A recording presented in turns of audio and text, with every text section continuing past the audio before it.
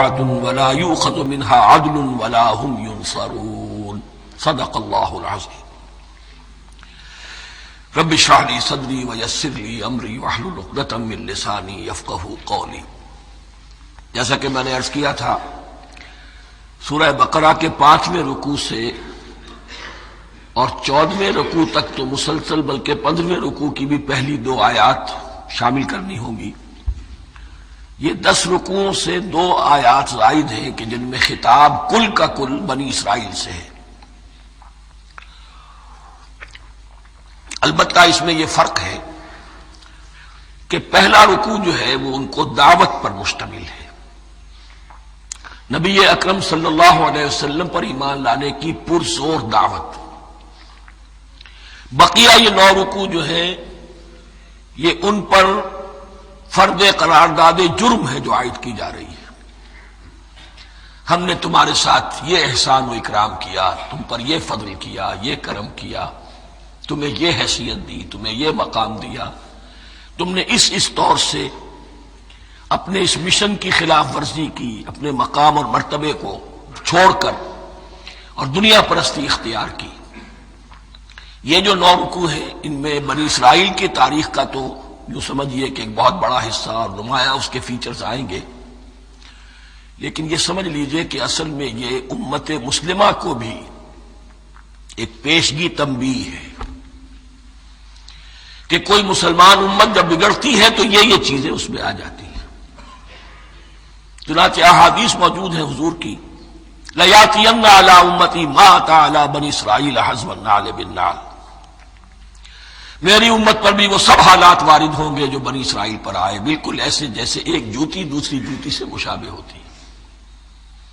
ایک اور حدیث میں فرمایا لَتَتَّبِعُنَّ سُنَنَ مَن قَبْلِكُمْ، تم لازماً اپنے سے پہلوں کی پیروی کرو گے۔ اور اس میں اس حد تک بھی آپ نے وضاحت کر دی کہ اگر وہ سابق امت مسلمہ، سابق امت، اگر وہ گوہ کے بل میں گھسی تھی تم بھی گھسو گے، اور اگر ان میں کوئی بدبخت ایسا اٹھا جس نے اپنی ماں سے زنا کیا تو تم میں سے بھی کوئی شقی ایسا ضرور اٹھے گا جو یہ حرکت کرے گا۔ اس اعتبار سے ان رکوعوں کو پڑھتے ہوئے یہ نہ سمجھیے یہ اگلوں کی داستان ہے، پچھلوں کی کہانیاں ہیں، نہیں۔ خوش طرح باشد کے سر دل براں، گفت آیت در حدیث دیگراں، یہ ہمارے لیے ایک آئینہ ہے اور ہمیں ہر مرحلے پر سوچنا ہوگا، دروں بینی کرنی ہوگی، انٹروسپیکشن، کہ کہیں اسی گمراہی میں ہم مبتلا تو نہیں۔ دیکھتے جائیے گا۔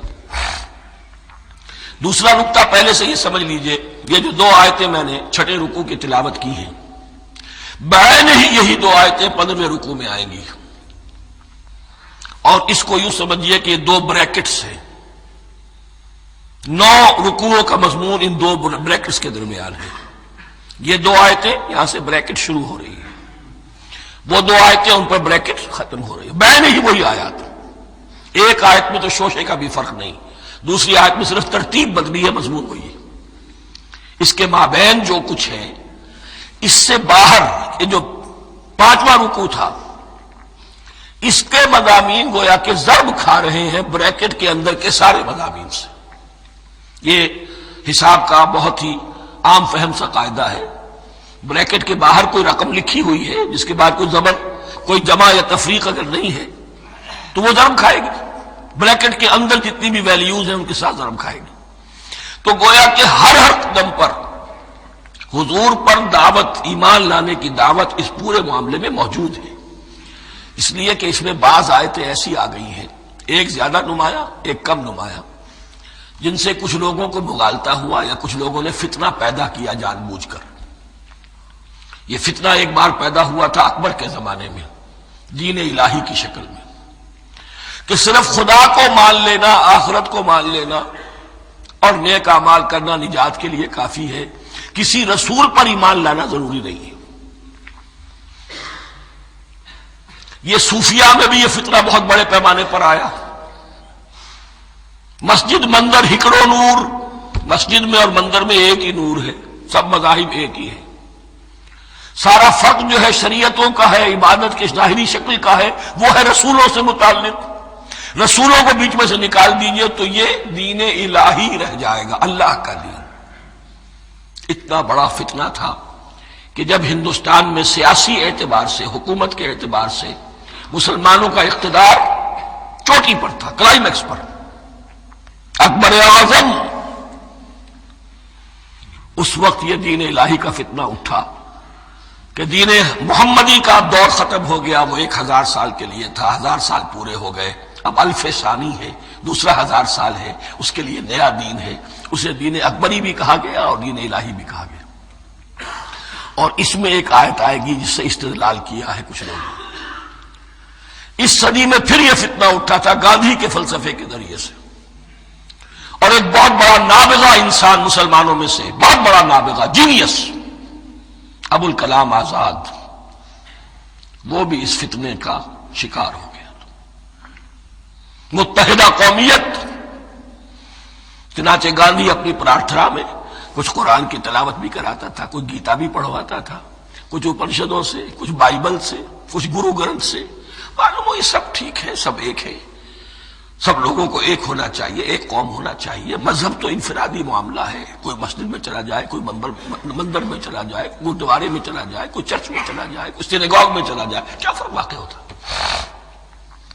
اس کا توڑ یہی ہے کہ سمجھ لیجئے یہ جو 7 آیتیں ہیں 5ویں رکوع کی، یہ ہے بریکٹ کے باہر، اور یہ ضرب کھا رہی ہے مسلسل۔ اس بریکٹوں کے درمیان جتنی بھی مضمون آ رہا ہے وہ سب ان کے تابع ہوگا۔ گویا کہ جہاں تک حضور پر ایمان لانے کا معاملہ ہے وہ انڈرسٹوڈ سمجھا جائے گا، مقدر سمجھا جائے گا ہر مرحلے پر ان 2 بریکٹوں کے مابین۔ اب چلیے بسم اللہ۔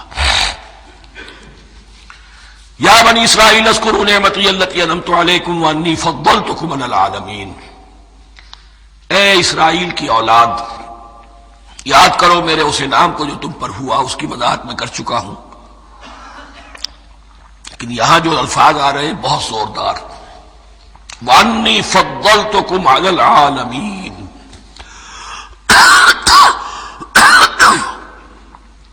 میں نے تمہیں فضیلت عطا کی تمام جہانوں پر۔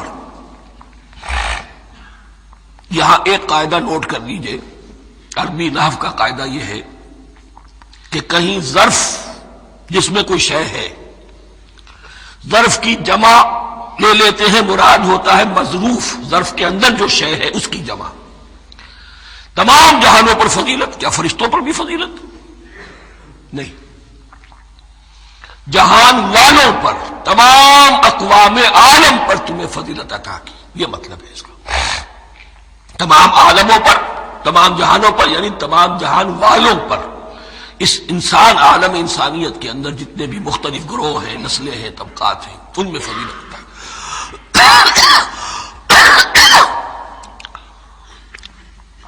واتقوا یوما لا تجزی نفس عن نفس شیئا، میں عرض کر چکا ہوں، اب تیسری مرتبہ پھر عرض کر رہا ہوں، اصل شیخ آخرت، محاسبہ آخرت، یہ مستحضر ہوگا تو انسان سیدھا رہے گا۔ اس میں کمزوری آ جائے، ضعف آ جائے تو باقی ایمان باللہ، ایمان بالرسالت، یہ نہ معلوم کیا کیا شکلیں اختیار کر لیں۔ دیکھیے اس آیت کے اندر 4 اعتبارات سے محاسبہ آخرت کا زور ہے۔ واتقوا یوما، ڈرو اس دن سے، لا تجزی نفس عن نفس شیئا، جس دن کوئی جان کسی دوسرے کے کام نہ آ سکے گی۔ ولا يقبل منها شفاعہ، اور نہ کسی سے کوئی سفارش یا شفاعت قبول کی جائے گی، کیٹیگوریکل ڈینائل۔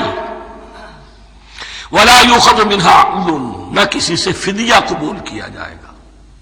ولا هم ينصرون، اور نہ انہیں کوئی مدد مل سکے گی۔ ہم نے طرح طرح کے عقیدے، شفاعت باطلہ کا تصور، اہل عرب سمجھتے تھے ہمیں یہ فرشتے جو ہے خدا کی بیٹیاں ہیں، یہ لات اور منات اور عزا، ہم نے ان کے بت بنا رکھے ہیں، پوچھتے ہیں یہ اپنے ابا جان سے اللہ کی بیٹیاں ہیں نا، لاڈلی بیٹیاں، چھڑا لیں گے ہمارے ہاں بھی تصور ہے اولیاء اللہ چھڑا لیں گے۔ یا شفاعت باطلہ، خود حضور کی شفاعت کے بارے میں جو غلط تصورات ہیں، ایک شفاعت حقہ ہے، اس کی وضاحت کا یہ موقع نہیں ہے. وہ آیت الکرسی پہ جب ہم پہنچیں گے انشاءاللہ تعالیٰ اسی سورہ مبارکہ میں تو اس کی وضاحت بھی ہوگی. یہ سارے جو ہم نے جو گھڑ رکھے ہیں خیالات ان کی نفی اس آیت کے حوالے سے کی. واتقوا یوما لا تجزی نفس عن نفس شیئا، کوئی انسان دوسرے انسان کے کام نہیں آ سکے. ولا يقبل منها شفاعت، کسی جان کی طرف سے کوئی سفارش قبول نہیں ہوگی. ولا يؤخذ منها عدل، نہ کوئی فدیہ قبول کیا جائے گا. ولا هم ينصرون، نہ انہیں کوئی مدد مل سکے گی. اب اس کے بعد اللہ تعالیٰ کے احسانات اور ان کی طرف سے جو ناشکریاں ہوئی ہیں ان کی بڑی تفصیل کے ساتھ اب بات چلے گی. تفصیل نہیں، تیزی کے ساتھ. یہ واقعات کئی 100 برس کے ہیں، لیکن ایک تو یہ کہ ان کی تفاصیل مکی صورتوں میں آ گئی ہیں. سب سے زیادہ سورہ اعراف میں ملے گی اور بھی کئی صورتوں میں آپ کو مل جائے گی. یہاں پر تو پے بپے جیسے کہ ایک قرارداد جرم کسی پر کی جاتی ہے تو اس میں سب گنوائے جاتے، تم نے یہ کیا یہ کیا یہ کیا. وَإِذْ نَجَّيْنَاكُم مِّنْ آلِ فِرْعَوْنَ، اور ذرا یاد کرو جب کہ ہم نے تمہیں نجات دی تھی فرعون کی قوم سے. یسومونکم سوء العذاب، وہ تمہیں بدترین عذاب میں مبتلا کیے ہوئے تھے. یذبحون ابناءکم ویستحیون نساءکم، تمہارے بیٹوں کو ذبح کر ڈالتے تھے اور تمہاری عورتوں کو زندہ رکھتے تھے. عورتیں تو پھر ان کے کام آتی تھی، گھر میں کام کاج کے لونیاں بنتی تھی، گھروں میں ڈال دیتے تھے. لیکن لڑکوں کو، اور یہ 2 موقع پر ہوا ہے بنی اسرائیل کے ساتھ، یہ بعد میں انشاءاللہ اس کی تفصیل آئے گی. وفی ذالکم بلاء من ربکم عظیم، اور یقیناً اس میں تمہارے رب کی طرف سے تمہارے لیے بڑی آزمائش تھی. وَإِذْ فَرَقْنَا بِكُمُ الْبَحْرَ، اور یاد کرو جب کہ ہم نے تمہارے لیے سمندر کو پھاڑ دیا یا دریا کو پھاڑ دیا. یہ ایک مختلف فی بات ہے کہ کس جگہ سے کراس کیا تھا بنی اسرائیل نے ایجپٹ سے سینائی پیننسولا آنے کے لیے جزیرہ نما سینا میں. ایک رائے یہ کہ دریائے نیل کو کراس کر کے گئے ہیں، لیکن یہ بات غلط ہے. دریائے نیل تو مصر کے اندر ہے، وہ کبھی بھی مصر کی حد نہیں بنا. کسی کی رائے یہ ہے کہ جو خلیج سویز ہے، بحر قلزم جو ہے ریڈ سی، وہ اوپر جا کر 2 کھاڑیوں میں تبدیل ہو جاتا ہے. خلیج عقبہ مشرق کی طرف اور خلیج سویز مغرب کی طرف، اور ان کے درمیان میں یہ سینائی پیننسولا جو ہے یہ تکون ہے. جیسے ہندوستان بھارت تکون ہے، ایسے یہ پیننسولا ہے، انڈین پیننسولا، سینائی پیننسولا. اور یہ سویز کینال تو بعد میں بنی ہے. خلیج سویز اور میڈیٹرینین بحیرہ روم کے درمیان یہ کچھ چھوٹی چھوٹی، اگرچہ چھوٹی تھی سمندر کے لحاظ سے، بہت بڑی بڑی جھیلیں تھیں، اور ان جھیلوں ہی کو پھر جوڑ جوڑ کر درمیان میں جو خشکی تھی اس کو کاٹ کر سویز کینال بنائی گئی ہے.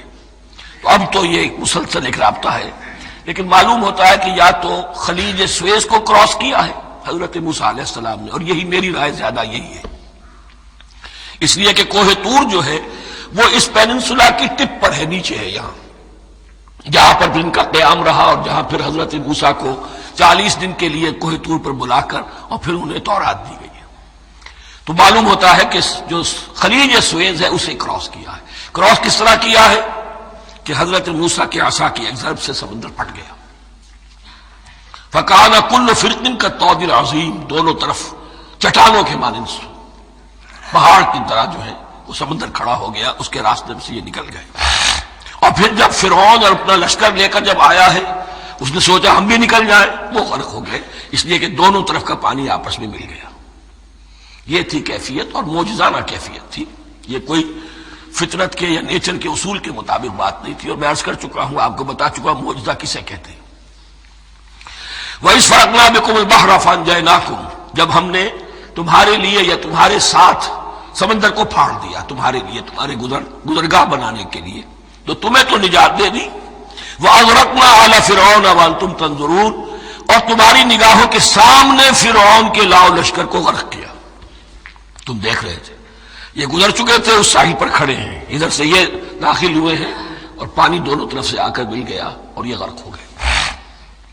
وَإِذْ وَعَدْنَا مُوسَىٰ 40 لَيْلَةً، اور یاد کرو پھر جب کوہ طور پر ہم نے موسیٰ کو 40 دن کے لیے بلایا.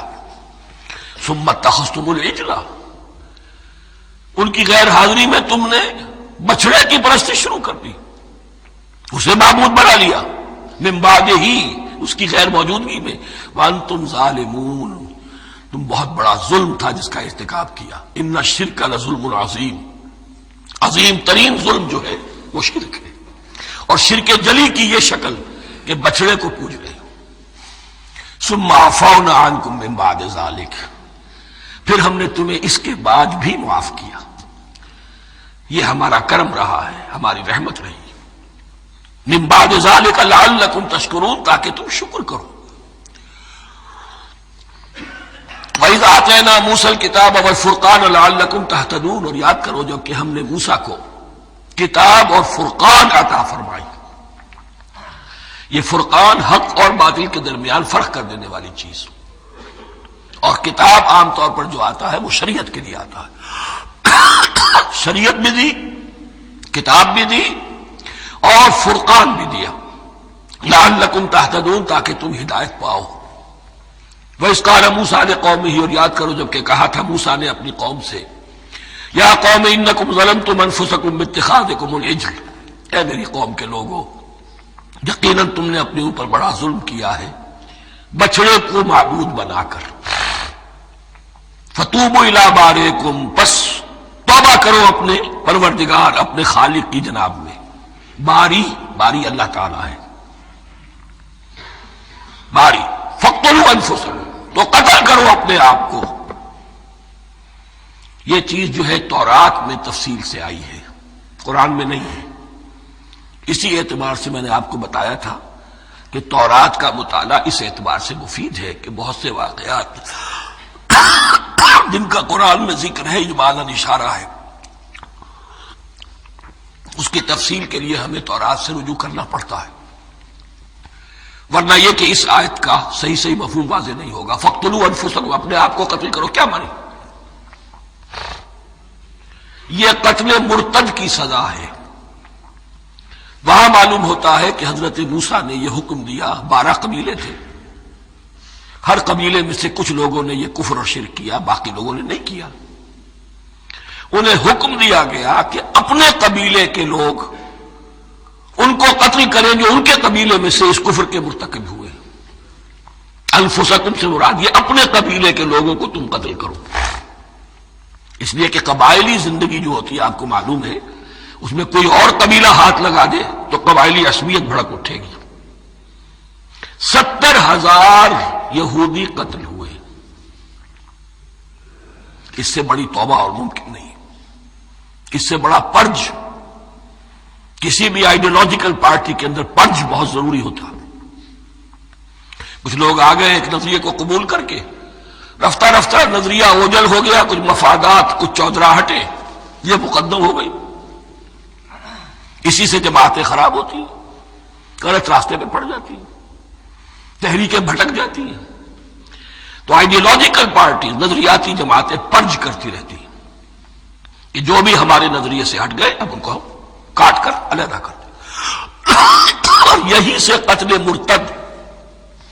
تو یہ چیز حدیث میں ہے یا پھر قرآن میں یہاں ہے، اس حوالے سے جو لوگ ہمارے ہاں بعض علماء بھی ہیں، جدید دانشور ہیں، جو قتل مرتد کی جو حد ہے اسلام میں اس کو تسلیم نہیں کرتے، لیکن میرے نزدیک یہ شریعت موسوی کا تسلسل ہے کہ شریعت موسوی کی جس شے کو بدلا نہ گیا ہو، جس کے بارے میں صراحتاً یہ معلوم نہ ہو کہ یہ شے تبدیل کر دی گئی، تو وہ شریعت محمدی کا جز بن گئی۔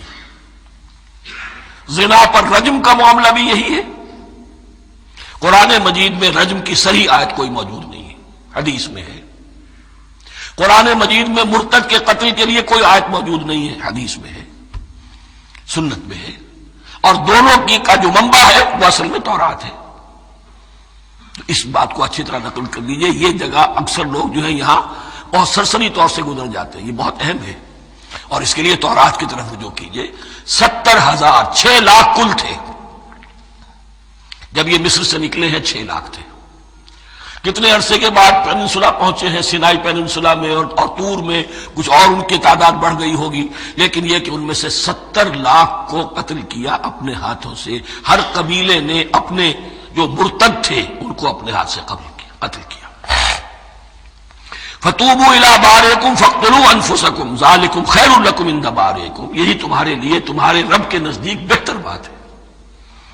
فَتَابَ عَلَيْكُمْ، تو اللہ نے تمہاری توبہ قبول کر لی۔ توبہ قبول کس طرح ہوئی؟ یہ تزکیہ ہوا ہے امت کا کہ ان میں سے جن لوگوں نے اتنی بڑی غلط حرکت کی ہے ان کو کاٹ کر، ذبح کر کے، ان کو قتل کر کے پھینک دیا۔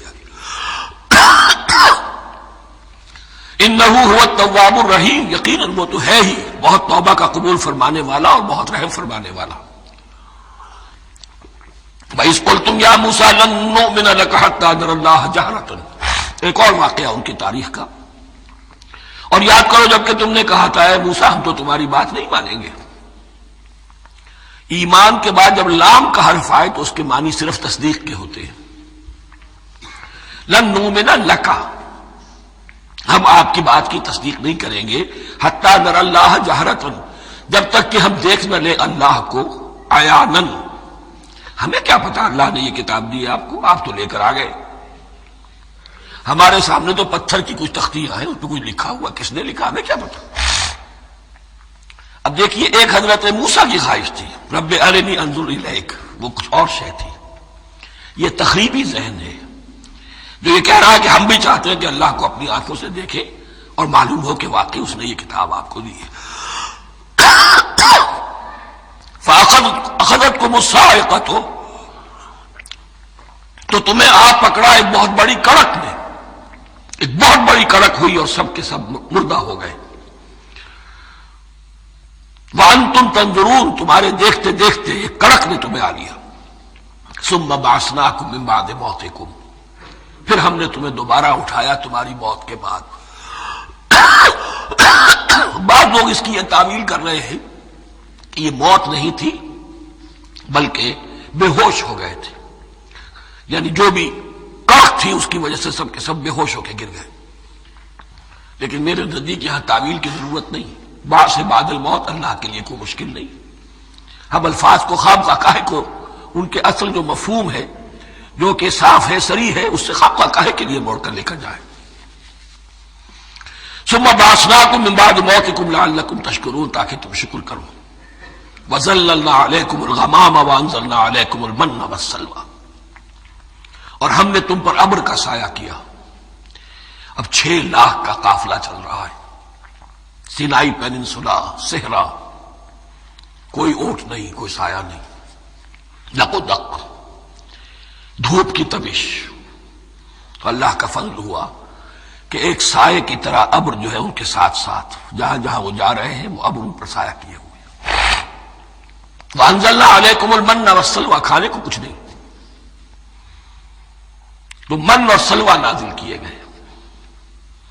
من ایسے اترتا تھا رات کے وقت کہ جیسے شبنم کے قطرے ہوتے ہیں، لیکن وہ ہوتا تھا کسی ایسی چیز کا جس میں شیرینی تھی، اور پھر وہ زمین پر آ کر جم کر وہ ایک گویا کے دانہ بن جاتے تھے، یہ ان کا اناج ہو گیا۔ کاربوہائیڈریٹ سپلائی اس سے ہو گئی، من سے۔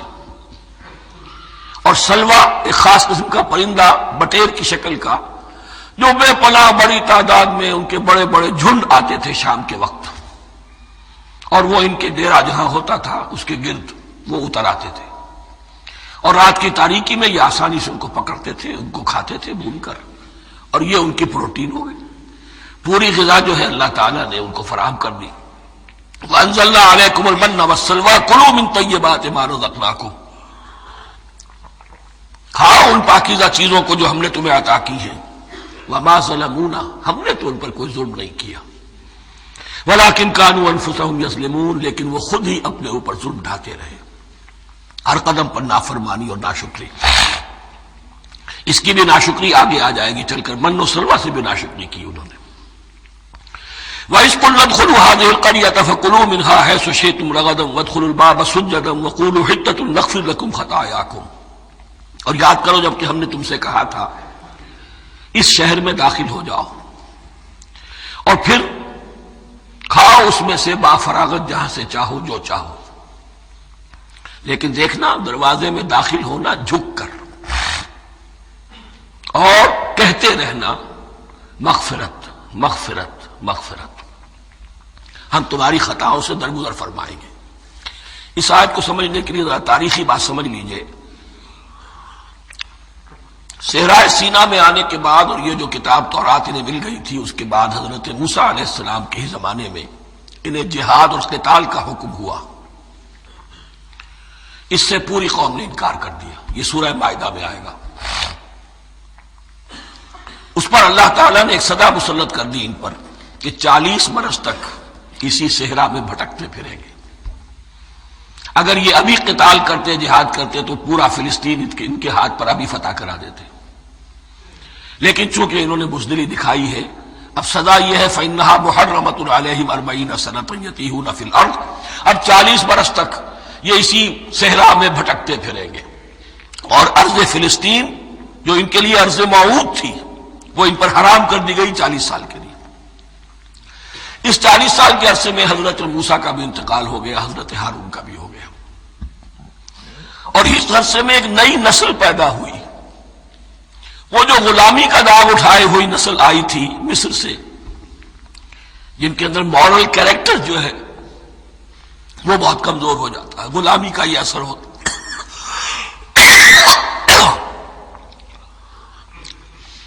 وہ پوری نسل ختم ہو گئی، نئی نسل اب پیدا ہوئی، 40 برس صحرا میں پیدا ہوئے، یہی پلے بڑھے، ان میں اب ایک جذبہ تھا۔ حضرت موسیٰ کے پھر جو خلیفہ تھے یوشع ابن نون، جوشوا، تورات میں ان کا نام جوشوا ہے، یوشع، ان کی سرکردگی میں اب بنی اسرائیل کی اس نئی نسل نے قتال کیا، جنگ کی، اور پہلا شہر جو فتح ہوا وہ اریحا۔ آج بھی وہ شہر جو ہے جیریکو جو آپ دیکھتے ہیں خبروں کے اندر آتا ہے بار بار، اریحا اس کا پرانا نام ہے، یہ شہر فتح ہوا۔ اس فتح کی بات کا تذکرہ ہو رہا ہے۔ یاد کرو جب کہ ہم نے تم سے کہا تھا اس بستی میں، اس شہر میں داخل ہو جاؤ فاتحانہ، اور پھر جو کچھ یہاں ہے، جو نعمتیں ہیں ان سے متمتع ہو، کھاؤ پیو، لیکن داخل ہونا سجدہ کرتے ہوئے، مراد کیا، جھک کر، یعنی ایسا نہ ہو کہ تکبر کی وجہ سے تمہاری گردنیں اکڑ جائیں، گردنیں جھکا کر اللہ کا احسان مانو، یہ نہ سمجھو کہ یہ فتح تم نے حاصل کی۔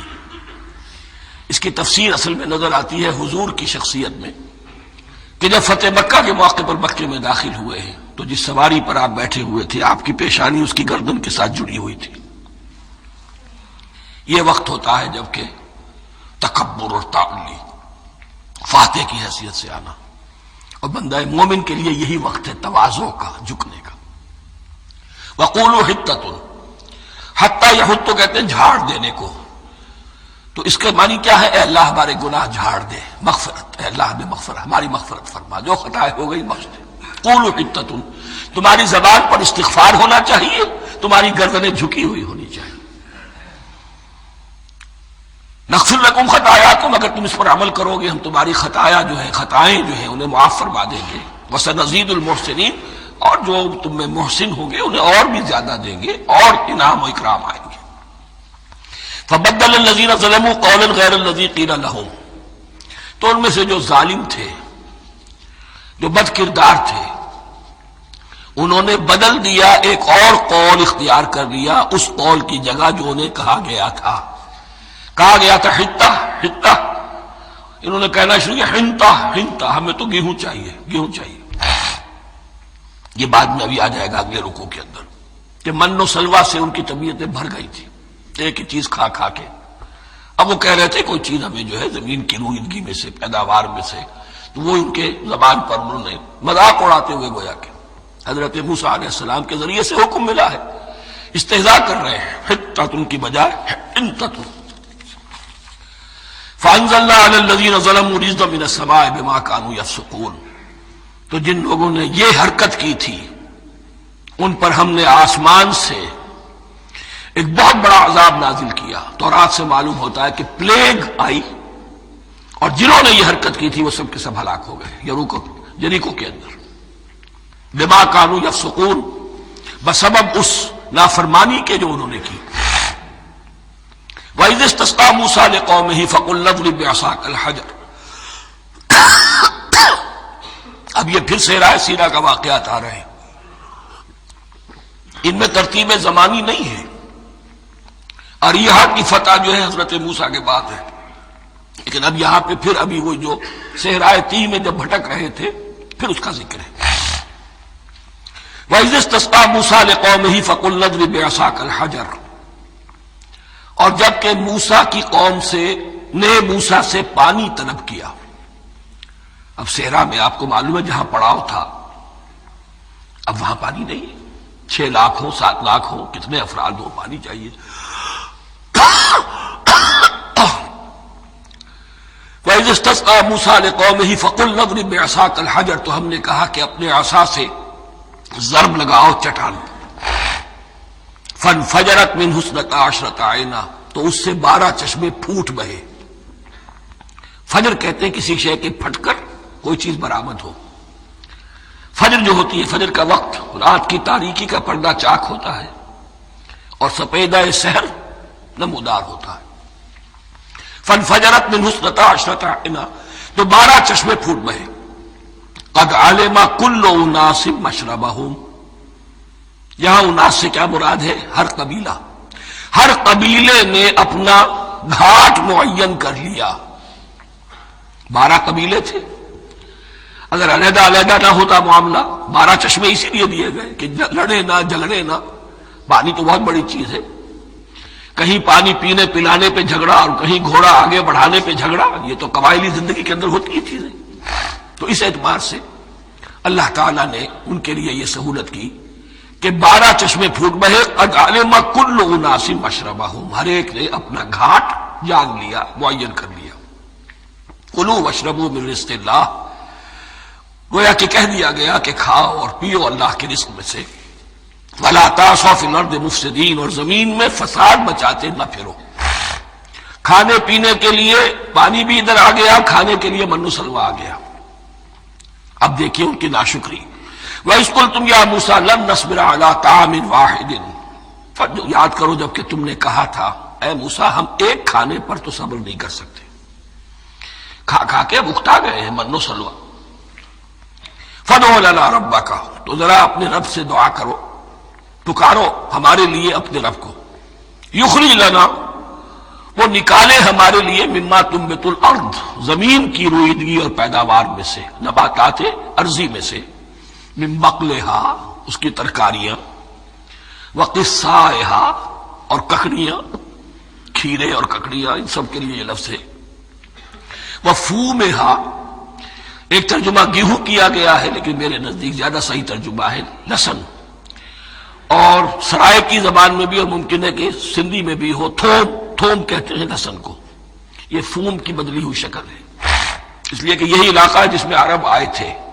تو عربوں کی زبان کے بہت سے الفاظ جو ہیں اس سرائے کی زبان میں خاص طور پر وہ بہت زیادہ تو تھوڑی سی شکل بدل کر وہ کافی تعداد میں موجود ہے. وہ عدسہا اور دال خاص طور پر مسور کی. وہ بصلہا اور پیاز. اب جو چٹخارے جس سے بنتے ہیں سالن کے ان کی زبانیں وہ چٹخارے مانگ رہی. ظاہر بات ہے کہ اگر وہ سلوا بھی تھا بٹیرا ہے اسے آگ کے اوپر ذرا سا تپایا اور کھایا وہ ایک ہی خاص قسم کی غذا ہے جو چل رہی ہے. اسی طرح من جو ہے وہ ایک خاص قسم کا سیریل ان کے لیے بن گیا ہے. لیکن یہ جو چٹخارے ہیں یہ تو لہسن سے ہے، پیاز سے ہے، ترکاریوں سے ہے، ان تمام چیزوں سے. دال کا اپنا ایک ذائقہ ہے. قال تستبدلون الذی هو ادنی بالذی هو خیر. حضرت موسیٰ نے فرمایا کیا تم وہ شے بدلے میں لینا چاہتے ہو اس کے، کیا وہ شے جو کمتر ہے بدلے میں چاہتے ہو اس کے کہ جو بہتر ہے. من و سلوہ کہیں بہتر ہے اللہ کی طرف سے جو تمہیں دیا گیا ہے. تم اس سے تمہارا جی بھر گیا ہے. اس کو ہاتھ سے دے کر چاہتے ہو کہ یہ ادنا چیزیں تمہیں ملے. اہبطوا مصرا. اب یہ لفظ آ گیا اہبطوا. اب ظاہر بات ہے یہ آسمان سے زمین پر اترنے کے لیے لفظ نہیں ہے اہبطوا. یہاں اس کا ترجمہ صحیح ہوگا سیٹل ڈاؤن سم ویئر. اگر زمین کی یہ چیزیں چاہیے تو کہیں سیٹل ہو جاؤ اور کاشت کرو. بیج ڈالو، آبیاری کرو، یہ ساری چیزیں تمہیں مل جائیں۔ اہبطوا مصرا، کہیں سیٹل ڈاؤن ہو جاؤ، کہیں اتر پڑو کسی بستی میں، کسی علاقے میں، فإن لکم ما سألتم، تمہیں مل جائے گا جو کچھ کہ تم نے مانگا۔ وَضُرِبَتْ عَلَيْهِمُ الذِّلَّةُ وَالْمَسْكَنَةُ وَبَاءُوا بِغَضَبٍ مِّنَ اللَّهِ۔ اب یہ ہے ان کی وہ خباثتیں، ان کے وہ ناشکریاں، ان کی وہ معصیتیں، ان پر جو آخری حکم دیا جا رہا ہے، جو اگر آپ برا نہ مانیں تو میں عرض کروں گا آج یہود پر اتنا اپلیکیبل نہیں ہے جتنا مسلمانوں پر ہے۔ ضربت علیہم الذلۃ والمسکنۃ وباءوا بغضب من اللہ۔ ذلت اور مسکنت، کم ہمتی ان پر تھوپ دی گئی۔ ضربت علیہم، it was heaped upon them. The humiliation was heaped upon them. ضربت علیہم الذلۃ والمسکنۃ وباءوا بغضب من اللہ، اور وہ اللہ کا غضب لے کر لوٹے۔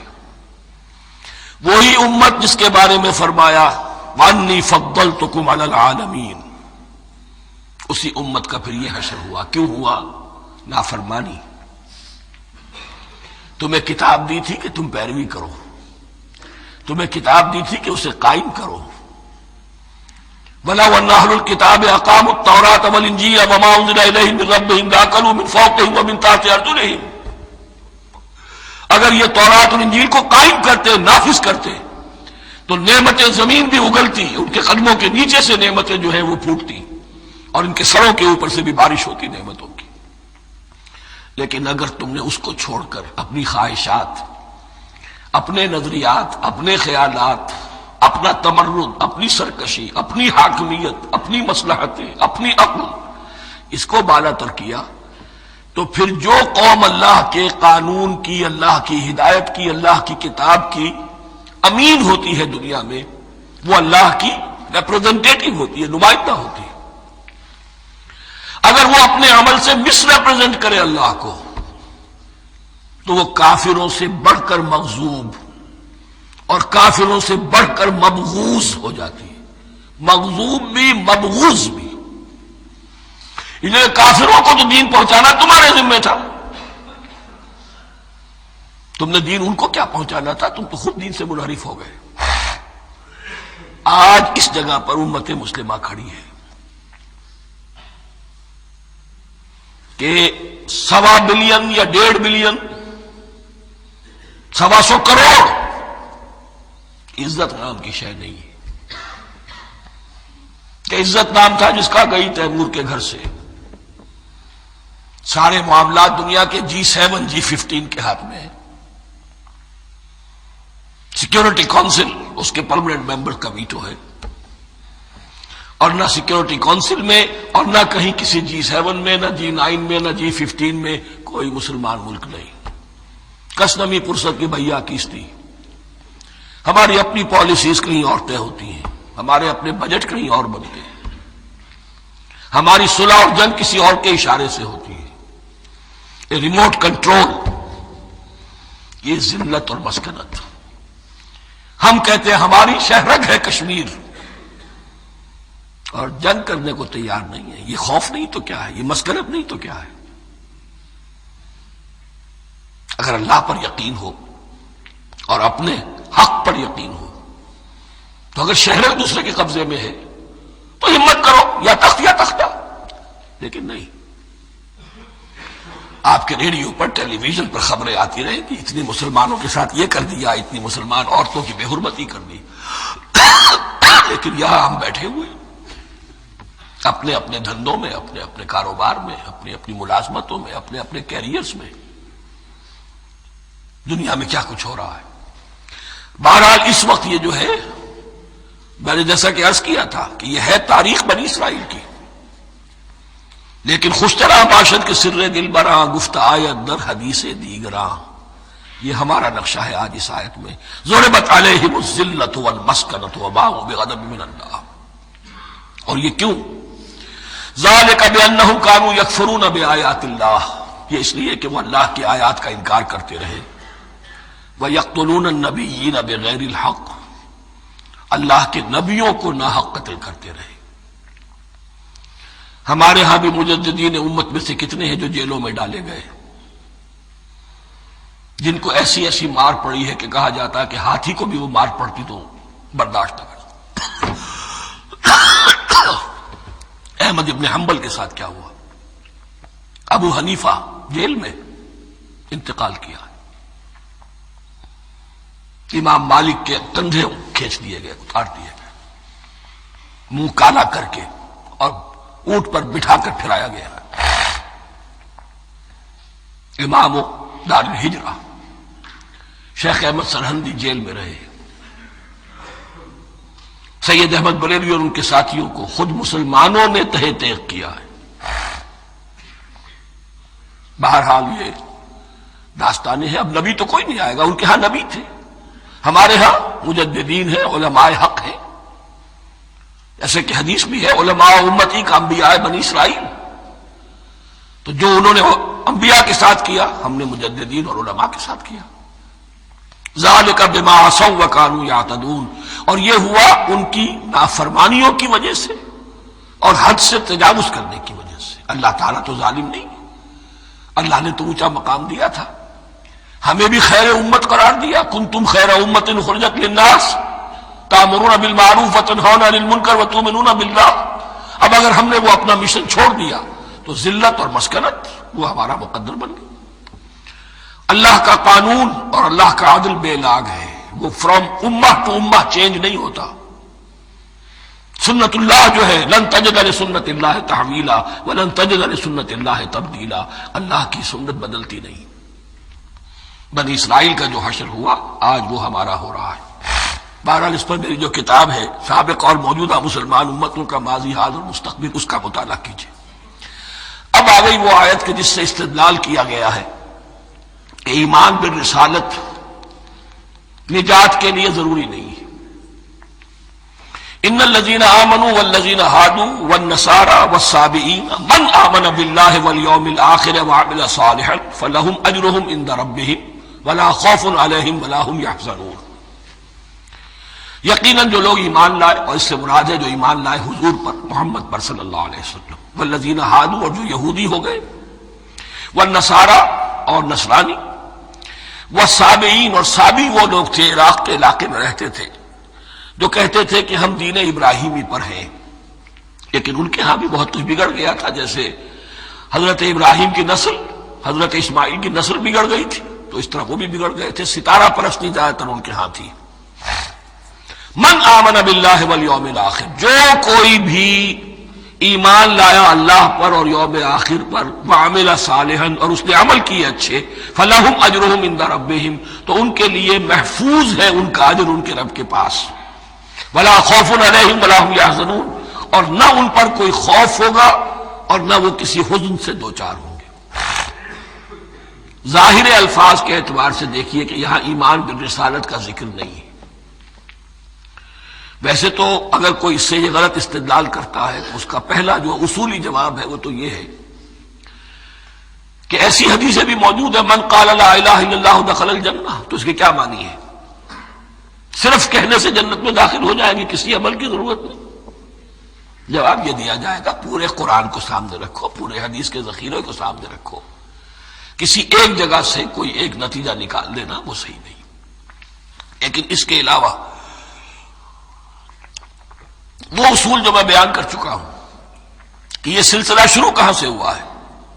5واں رکوع وآمنوا بما انزلت مصدقا لما معكم ولا تكونوا اول كافر به، انہیں ایمان کی زوردار دعوت سے تو یہ ساری بات شروع ہوئی ہے. اب فصاحت اور بلاغت کا یہ تقاضا ہے کہ بار بار اس کو دہرایا نہ جائے، وہ بات انڈرسٹوڈ رہے گی، مقدر رہے گی، سمجھی جائے گی کہ ہر جگہ پر وہ موجود ہے. اس لیے کہ ساری گفتگو ہو رہی ہے اسی کے حوالے سے. وآمنوا بما انزلت مصدقا لما معكم ولا تكونوا اول كافر به ولا تشتروا بآياتي ثمنا قليلا وإياي فاتقون. اس حوالے سے یوں سمجھیے اب اس آیت کو کہ یہاں پر کچھ الفاظ محذوف مانے جائیں گے. ان الذین آمنوا والذین ہادوا والنصارى والصابئین من آمن باللہ والیوم الآخر وعمل صالحا فی ایامہم فلہم اجرہم عند ربہم ولا خوف علیہم ولا ہم یحزنون. ہر دور میں جبکہ ابھی حضرت عیسیٰ نہیں آئے تھے تو جو بھی یہودی تھے اس وقت تک حضرت موسیٰ کے ماننے والے، وہ جو بھی اللہ پر ایمان رکھتے تھے اور نیک عمل کرتے تھے، آخرت کو مانتے تھے، ان کی نجات ہو جائے گی. لیکن حضرت عیسیٰ کے آنے کے بعد ان کو نہیں مانا، اب وہ کافر قرار پائے. لیکن اب حضرت عیسیٰ کے آنے کے بعد جب تک حضور نہیں آئے جو بھی مانتا ہے، لیکن یہ کہ شرط یہی ہوگی کہ اپنے اپنے زمانے میں اصل میں نفی جس بات کی جا رہی ہے وہ یہ ہے کہ یہ نہ سمجھو کہ کسی گروہ میں ہونے سے نجات ہوتی ہے. نجات کسی گروہ میں ہونے کی وجہ سے نہیں ہے، نجات کی بنیاد ایمان اور عمل صالح ہے. کسی رسول پر ایمان لانا اپنے دور کے رسول پر وہ تو لازم ہے، لیکن یہ ہے کہ اس پر ایمان تو لے آئے اور وہ عمل صالح نہیں ہے تو نجات نہیں ہوگی. تو یہ اپنے اپنے دور میں اپنے اپنے زمانے میں ہر امت کے لیے وَلِكُلِّ أُمَّةٍ أَجَلٌ قرآن مجید کے ایک مقام پر آیا ہے، ہر امت کے لیے ایک خاص معین مدت ہے. اس معینہ مدت میں اب ظاہر بات ہے جو لوگ حضور کی بعثت سے پہلے فوت ہو گئے ان پر تو کوئی ذمہ داری نہیں تھی حضور پر ایمان لانے کی. اور ایسے لوگ تھے، ایسے موحدین مکے میں موجود تھے جو یہ کہتے تھے کعبے کے پردے پکڑ پکڑ کر، اے اللہ ہم صرف تجھے پوجنا چاہتے ہیں، صرف تیری بندگی کرنا چاہتے، لیکن جانتے نہیں کیسے کریں. یہ بات موجود تھی اور ان کا انتقال بھی ہو گیا. یہ زید، سعید ابن زید، سعید جو حضرت عمر کے بہنوئی تھے اور وہ عشرہ مبشرہ میں سے ہیں، ان کی اہلیہ حضرت فاطمہ بنت خطاب، ان دونوں کے ایمان کو اللہ نے ذریعہ بنایا حضرت عمر کے ایمان کا. اور یہ والد تھے سعید کے زید، وہ یہ کہتے ہوئے دنیا سے چلے گئے حضور کی ابھی بعثت ہی نہیں ہوئی تھی، اے اللہ میں صرف تیری بندگی کرنا چاہتا ہوں، کیسے کروں یہ نہیں جانتا. اسی کو ذہن میں رکھیے، اہدنا الصراط المستقیم جو میں نے کہا تھا، ایک سلیم الفطرت انسان، سلیم العقل انسان توحید تک پہنچ جاتا ہے، آخرت کو پہچان لیتا ہے. لیکن اب کیا کروں؟ اس شریعت کے لیے، ان احکام کے لیے وہ دستے سوال دراز کرنے پر مجبور ہے. الحمدللہ رب العالمین الرحمن الرحیم مالک یوم الدین ایاک نعبد و ایاک نستعین اہدنا الصراط المستقیم. اسی صراط المستقیم کی دعا کا یہ جواب اب آئے گا، شروع ہوگا سورہ بقرہ سے. یہ کرو، یہ نہ کرو، یہ فرض ہے، یہ تم پر لازم کیا گیا، یہ چیز حرام کی گئی، وغیرہ وغیرہ. ان الذین آمنوا والذین ہادوا والنصارى والصابئین من آمن باللہ والیوم الآخر وعمل صالحا. اور محذوف الفاظ فی ازمنتہم، اپنے اپنے زمانے میں، یا فی ایامہم، فلہم اجرہم عند ربہم ولا خوف علیہم ولا ہم یحزنون. وَإِذْ أَخَذْنَا مِيثَاقَكُمْ وَرَفَعْنَا فَوْقَكُمُ الطُّورَ. اور ذرا یاد کرو جب کہ ہم نے تم سے عہد لیا، قول و قرار لیا، اور تمہارے اوپر اٹھا دیا طور کو، پہاڑ کو. جب تورات دی گئی تو اس وقت ایک کیفیت معجزانہ طور پر ایسی پیدا کی گئی، ان کے اوپر ایک روب ڈالنے کے لیے اور خشیت قلب میں پیدا کرنے کے لیے کوہ طور اٹھا کر معلق کر دیا گیا. اس وقت کہا گیا خذوا ما آتیناکم بقوۃ. تو اس قول و قرار کے وقت ایک معجزے کی شکل یہ ہوئی تھی. وَإِذْ أَخَذْنَا مِيثَاقَكُمْ وَرَفَعْنَا فَوْقَكُمُ الطُّورَ خُذُوا مَا آتَيْنَاكُمْ بِقُوَّةٍ وَاذْكُرُوا مَا فِيهِ لَعَلَّكُمْ تَتَّقُونَ. پکڑو اس کو مضبوطی کے ساتھ جو ہم نے تمہیں دیا ہے، اس حدیث، اس کتاب کو، تورات کو، اس شریعت کو، ان احکام کو. وَاذْكُرُوا مَا فِيهِ، اور یاد رکھو اسے جو کچھ کہ اس میں ہے، لَعَلَّكُمْ تَتَّقُونَ، تاکہ تم بچ سکو. ثُمَّ تَوَلَّيْتُم مِّن بَعْدِ ذَلِكَ، پھر تم نے روگردانی کی اس کے بعد، اس میثاق کو توڑا، میثاق الست کو توڑا تھا، اور دوسرے یہ میثاق شریعت جو تم سے لیا گیا اس کو بھی توڑا. ثم تولیتم من بعد ذلک فلولا فضل اللہ علیکم ورحمتہ لکنتم من الخاسرین. پھر اگر اللہ کا فضل تمہارے شامل حال نہ ہوتا اور اس کی رحمت تمہاری دستگیری نہ کرتی رہتی بار بار تمہیں معاف کیا، تمہیں مہلت دی، تو اگر یہ چیز نہ ہوتی تو اسی وقت سے تم خسارہ پانے والے اور تباہ ہونے والے ہو جاتے۔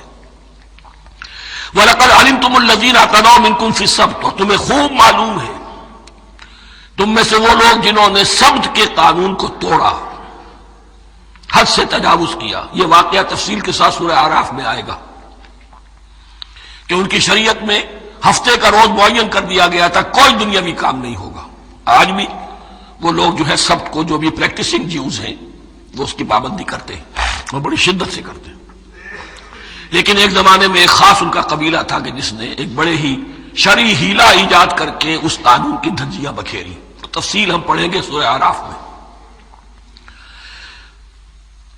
وَلَقَدْ عَلِمْتُمُ الَّذِينَ اعْتَدَوْا مِنْكُمْ فِي السَّبْتِ، اور تمہارے علم میں ہے تمہارے وہ لوگ کہ جنہوں نے سبت کے قانون کے ضمن میں خلاف ورزی کی۔ فَقُلْنَا لَهُمْ كُونُوا قِرَدَةً خَاسِئِينَ، تو ہم نے کہہ دیا ان کو کہ ہو جاؤ ذلیل بندر۔ ان کی شکلیں بس کر دی گئی، انہیں بندروں کی شکل میں تبدیل کر دیا گیا۔ فَجَعَلْنَاهَا نَكَالًا لِمَا بَيْنَ يَدَيْهَا، پھر ہم نے اس واقعے کو یا اس بستی کو ایک بنا دیا مثال، لوگوں کے لیے ان کی عبرت کے سامان بنا دیا، ان کے لیے بھی جو سامنے موجود تھے اس زمانے کے لوگ، اور ان کے لیے بھی جو بعد میں آنے والے تھے۔ وَمَوْعِظَةً لِّلْمُتَّقِينَ، اور اسے ایک نصیحت، ایک سبق آموزی کی بات بنا دیا اہل تقویٰ کے لیے۔ وَإِذْ قَالَ مُوسَىٰ لِقَوْمِهِ إِنَّ اللَّهَ يَأْمُرُكُمْ أَن تَذْبَحُوا بَقَرَةً، اور یاد کرو جب کہ موسیٰ نے اپنی قوم سے کہا یقیناً اللہ تمہیں حکم دیتا ہے کہ گائے کو ذبح کرو۔ یہ واقعہ میں پہلے آپ کو بتا دوں، پھر ہم یہ آیات تیزی سے پڑھ لیں گے۔ بنی اسرائیل میں ایک شخص قتل ہو گیا، عامل نامی، اور قاتل کا پتہ نہیں چل رہا تھا۔ اللہ تعالیٰ نے حضرت موسیٰ کے ذریعے سے انہیں حکم دیا کہ ایک گائے کو ذبح کرو، اور اس کے جسم کے ایک ٹکڑے سے اس مردے کو چھوؤ، وہ جی اٹھے گا اور وہ بتا دے گا میرا قاتل کون ہے۔ اب یہ کہ یہ معجزات کی شکل ہے جو بار بار آ رہے ہیں، اور سابق اس امت کے اندر معجزات کا آپ کو بہت عمل دخل ملے گا۔ اس میں ایک تو یہ کہ گائے کو ذبح کرنا، وہ گائے کے تقدس کا جو ان کے دل میں ذہن میں تھا، تو ذبح کرنے سے اس کے اوپر بھی گویا کہ ایک تلوار چلائی گئی، اور پھر انہیں دکھا بھی دیا گیا کہ ایک آدمی زندہ بھی ہو سکتا ہے، بعد سے بعد الموت کا بھی ایک نقشہ دکھا دیا گیا انہیں۔ لیکن انہیں جب یہ حکم ملا اور ان کے دلوں کے اندر وہ بچڑے کی اور گائے کی تقدیس جو ہے وہ پلی ہوئی تھی، اب انہوں نے سوال کر کے کسی طریقے سے بچنے کے لیے مین میخ نکالی، کیسی گائے ہو، کیا رنگ ہو، کس طرح کی ہو، کس عمر کی ہو۔ پھر آخر یہ کہ جب ہر طرف سے گھیراؤ ان کا ہو گیا اور سب چیزیں جو ہیں ان کے سامنے واضح کر دی گئیں، تب انہوں نے یوں سمجھیے چاروں ناچار بادل ناخواستہ اس حکم پر عمل کیا۔ بس اب ترجمہ کر لیجئے۔ وَإِذْ قَالَ مُوسَىٰ لِقَوْمِهِ إِنَّ اللَّهَ يَأْمُرُكُمْ أَن تَذْبَحُوا بَقَرَةً، اور یاد کرو جب کہ موسیٰ نے کہا اپنی قوم سے کہ اللہ حکم دیتا ہے تمہیں کہ ایک گائے کو ذبح کرو۔ قَالُوا أَتَتَّخِذُنَا هُزُوًا، انہوں نے کہا کہ آپ ہمارے ساتھ کوئی ٹھٹھا کر رہے ہیں، مذاق اڑا رہے ہیں، یہ کیا بات آپ کہہ رہے ہیں؟ قَالَ أَعُوذُ بِاللَّهِ أَنْ أَكُونَ مِنَ الْجَاهِلِينَ، فرمایا میں اللہ کی پناہ طلب کرتا ہوں اس سے کہ میں جاہلوں میں سے ہو جاؤں، کہ میں ان دین کے معاملات کے اندر استہزاء اور تمسخر کو شامل کر دوں۔ قالوا ادع لنا ربك يبين لنا ما هي، اب انہوں نے کہا اچھا ایسی بات ہے تو ذرا اپنے رب سے دعا کیجئے کہ وہ ہم پر واضح کر دے کہ وہ کیسی ہو۔ قال انه يقول، حضرت موسیٰ نے فرمایا اللہ تعالیٰ فرماتا ہے انها بقرة لا فارض ولا بکر، وہ ایک ایسی گائے ہونی چاہیے کہ جو نہ بوڑھی ہو نہ بالکل بچھیا ہو، عوان بین ذالک، ان کے بین بین ہو۔ فَفَعَلُوا مَا تُؤْمَرُونَ، تو اب کر گزرو جو تمہیں حکم دیا گیا۔ قَالُوا ادْعُ لَنَا رَبَّكَ يُبَيِّن لَنَا مَا لَوْنُهَا، اب انہوں نے پھر کہا ذرا ایک دفعہ اور دعا کیجئے اپنے رب سے، وہ ہمیں بتا دے اس کا رنگ کیسا ہونا چاہیے۔ قَالَ إِنَّهُ يَقُولُ إِنَّهَا بَقَرَةٌ صَفْرَاءُ فَاقِعٌ لَوْنُهَا تَسُرُّ النَّاظِرِينَ، فرمایا اللہ فرماتا ہے کہ وہ گائے ایسی ہونی چاہیے زرد رنگ، شوخ رنگ، شوخ زرد رنگ کی، چمکیلی، جو دیکھنے والوں کو خوب اچھی لگے، پسند آئے، دل میں کھپ جانے والی۔ اب جو زیادہ سے زیادہ ان کے ہاں مقدس سمجھے جاتے تھی گائے، رفتہ رفتہ سوال کر کے اگر پہلے ہی حکم پر وہ کر دیتے تو کسی بھی گائے کو ذبح کر دیتے، لیکن یہاں گھیراؤ ان کا ہو رہا ہے کہ جس کی تقدس کا ان کے ذہن میں زیادہ سے زیادہ تاثر ہے اسی کو واضح کیا جائے۔ قالوا ادع لنا ربك يبين لنا ما هي، پھر انہوں نے کہا ذرا اللہ سے دعا کیجئے اور وہ ہمیں یہ بتائے کہ وہ کیسی ہو۔ ان البقرہ تشابہ علینا، یقیناً ہم کچھ شبہ میں پڑ گئے ہیں، یہ گائے کا معاملہ مشتبہ ہو گیا ہے ہم پر۔ قال انه یقول، فرمایا اللہ فرماتا ہے انها بقرۃ لا ذلول تثير الارض ولا تسقي الحرث، وہ ایک ایسی گائے ہونی چاہیے کہ جو کوئی جس سے مشقت نہ لی جاتی ہو، نہ وہ ہل جوتتی ہو اور نہ وہ رہٹ کا پانی کھینچتی ہو۔ تسیر الارض، نہ تو وہ زمین کو جوتنے میں ہل چلانے میں کام نہیں لی جائے، ولا تسقي الحرث، اور نہ کھیتی کو پانی پلانے کے لیے وہ پانی کھینچنے میں استعمال کیا جائے۔ مسلمتن، اور پوری سالم ہونی چاہیے، یک رنگ، لا شیۃ فیہا، اس میں کسی دوسرے رنگ کا کوئی داغ تک نہ ہو۔ اب کیا کرتے، گھیراؤ میں آ گئے۔ قالوا الآن جئت بالحق، کہا انہوں نے کہ ٹھیک ہے اب تو آپ نے بات جو ہے پوری طریقے سے واضح کر دی۔ فذبحوها وما كانوا يفعلون، تب انہوں نے اس کو ذبح کیا اور وہ کرنے والے نہیں تھے، دل میں نہیں تھا، بادل ناخواش تھا۔ اب دیکھیے یہاں ترتیب ذرا واقعے کی جو ہے مختلف ہو گئی ہے۔ جو اس ذبح بقرہ کا سبب تھا وہ بعد میں بیان ہو رہا ہے یہاں، تورات نے چونکہ واقعات کو اس طریقے سے بیان کیا ہے لہذا وہاں ترتیب دوسری ہے۔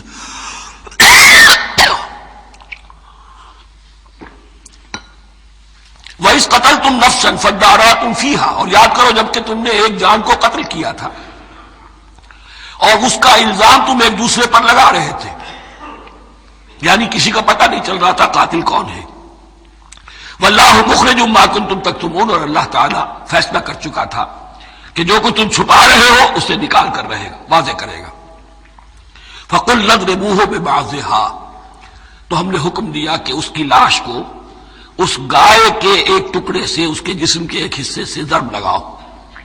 كَذَلِكَ يُحْيِي اللَّهُ الْمَوْتَىٰ، اور دیکھو اس طریقے سے اللہ مردوں کو زندہ کر دے گا۔ تھوڑی دیر کے لیے وہ زندہ ہوا اور اس نے اپنے قاتل کا نام بتا دیا۔ وَيُرِيكُمْ آيَاتِهِ لَعَلَّكُمْ تَعْقِلُونَ، اور وہ تمہیں دکھاتا ہے اپنی آیات تاکہ تم عقل سے کام لو۔ اب جو الفاظ آ رہے ہیں بہت سخت ہیں، بہت سخت ہیں، لیکن ان کو پڑھتے ہوئے درون بینی ضرور کیجیے گا، اپنے اندر جھانکیے گا۔ ثم قست قلوبکم، پھر تمہارے دل سخت ہو گئے جب دین میں ہیلے بہانے نکالے جانے لگے اور ہیلوں بہانوں کے ذریعے سے شریعت کے احکام سے بچا جائے، اللہ کو دھوکہ دینے کی کوشش کی جائے، اس کا جو نتیجہ نکلتا ہے وہ دل کی سختی۔ ثم قست قلوبکم، پھر تمہارے دل سخت ہو گئے۔ فہی کالحجارۃ او اشد قسوہ، تو وہ تو اب پتھروں کے مانند ہیں بلکہ سختی میں ان سے بھی زیادہ شدید ہے۔ یہ ویسے بھی فصاحت اور بلاغت کا بھی بڑا ایک عمدہ مقام ہے قرآن کا۔ وَإِنَّ مِنَ الْحِجَارَةِ لَمَا يَتَفَجَّرُ مِنْهُ الْأَنْهَارُ، پتھروں میں سے تو ایسے بھی ہوتے ہیں جن میں سے چشمے پھوٹ بہتے ہیں۔ وَإِنَّ مِنْهَا لَمَا يَشَقَّقُ فَيَخْرُجُ مِنْهُ الْمَاءُ، اور ایسے بھی ہیں جو شق ہو جاتے ہیں، پتھر چٹانیں، ان میں سے پانی برآمد ہو جاتا ہے۔ وَإِنَّ مِنْهَا لَمَا يَهْبِطُ مِنْ خَشْيَةِ اللَّهِ، اور ان میں وہ بھی ہوتے ہیں جو اللہ کے خوف سے گر پڑتے ہیں۔ وَمَا اللَّهُ بِغَافِلٍ عَمَّا تَعْمَلُونَ، اور اللہ تعالیٰ غافل نہیں ہے اس سے جو تم کر رہے ہو۔ یہ کیفیت جو ہے ثم قست قلوبکم فہی کالحجارۃ واشد قسوہ، ہے کون؟ یا بنی اسرائیل اذکروا نعمتی التی انعمت علیکم وانی فضلتکم علی العالمین، جن پر 1400 برس ایسے گزرے کہ کوئی لمحہ ایسا نہ تھا کہ نبی موجود نہ ہو، جنہیں 3 کتابیں دی گئی،